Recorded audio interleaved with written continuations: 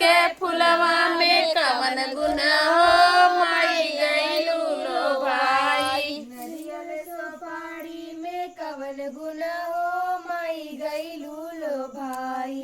नरियल सोपारी में कवन गुण हो माई गईलू लो भाई। अड़हुल के फुलवा में कवन गुण हो माई गईलू लो भाई।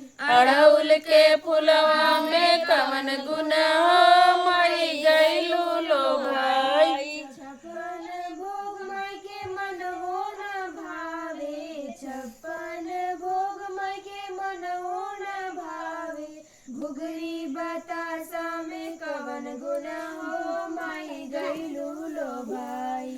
घुघरी बतासा में कवन गुण हो माई गईलू लो भाई। अड़हुल के फुलवा में कवन गुण हो माई गईलू लो भाई।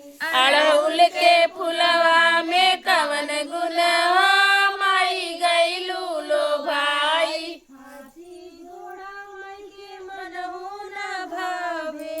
हाथी घोड़ा माई के मन हो न भावे।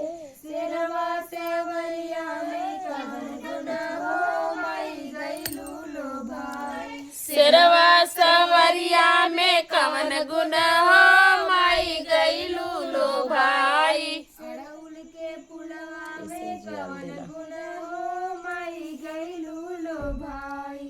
अड़हुल के फुलवा में कवन गुण हो माई गईलू लो भाई। महल अटारी माई के मन हो न भावे। महल अटारी माई के मन हो न भावे।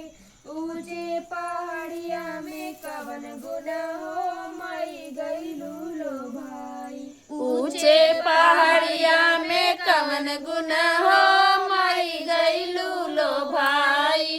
अड़हुल के फुलवा में कवन गुण हो माई गईलू लो भाई। अड़हुल के फुलवा में कवन गुण हो माई गईलू लो भाई। जड़ीदार साड़ी माई के मन हो न भावे। जड़ीदार साड़ी माई के मन हो न भावे। ललकी चुनरिया में कवन गुण हो माई गईलू लो भाई। ललकी